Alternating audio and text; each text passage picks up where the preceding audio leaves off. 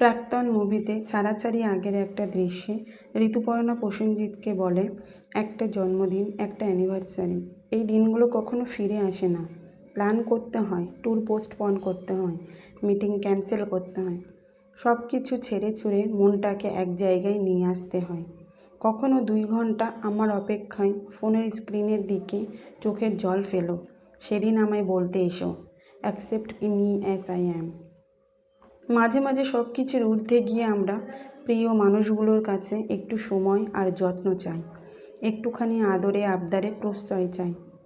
বিশেষ দিনগুলোতে বিশেষ কিছু মুহূর্ত পেতে চাই। হয়তো সবার জীবনে সেরকম মানুষ থাকে না, আর থাকলেও সেটা তারা বুঝতে পারে না বা কখনো বোঝার প্রয়োজনীয়তাও মনে করে না। অবহেলা কিংবা অনাগ্রহে বুকের ভিতর আস্ত একটা নদী শুকিয়ে গেলেও তা কেউ টেরই পায় না, যা আমরা কখনো পরিবার থেকে পাই না। পরবর্তীতে আমাদের জীবনে আসা প্রিয় মানুষদের কাছ থেকে সেটা পাওয়ার প্রবল প্রত্যাশা থাকে আমাদের।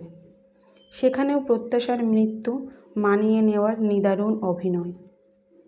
মুহূর্তরা কেটে যায়, জীবন ঠিকই চলে, তবুও প্রিয় মানুষগুলো যত্ন নিলে, আগ্রহ থাকলে সেই মুহূর্তগুলো প্রজাপতি হতে পারত, একটা আকাশ হতে পারত, রংধনু হতে পারত, ফুল হতে পারত, ক্যানভাসের খুব প্রিয় কোনো ছবি হতে পারত, হতে পারত জীবনের সবচেয়ে সেরা মুহূর্ত।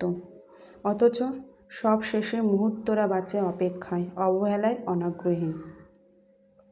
অবহেলায় মানুষ ভিতর থেকে মরে যায়। অভিমান জমতে জমতে একদিন পাহাড় হয়। এক সময় মানুষ প্রত্যাশা করা ছেড়ে দেয়, অভিমান অভিযোগ করা বন্ধ করে চুপ হয়ে যায়, ইচ্ছেদের উড়িয়ে দেয় আকাশে। কেবল দীর্ঘশ্বাসে হঠাৎ হঠাৎ মনে হয় জীবন কিংবা মুহূর্তগুলো আসলেই অন্যরকম হতে পারত।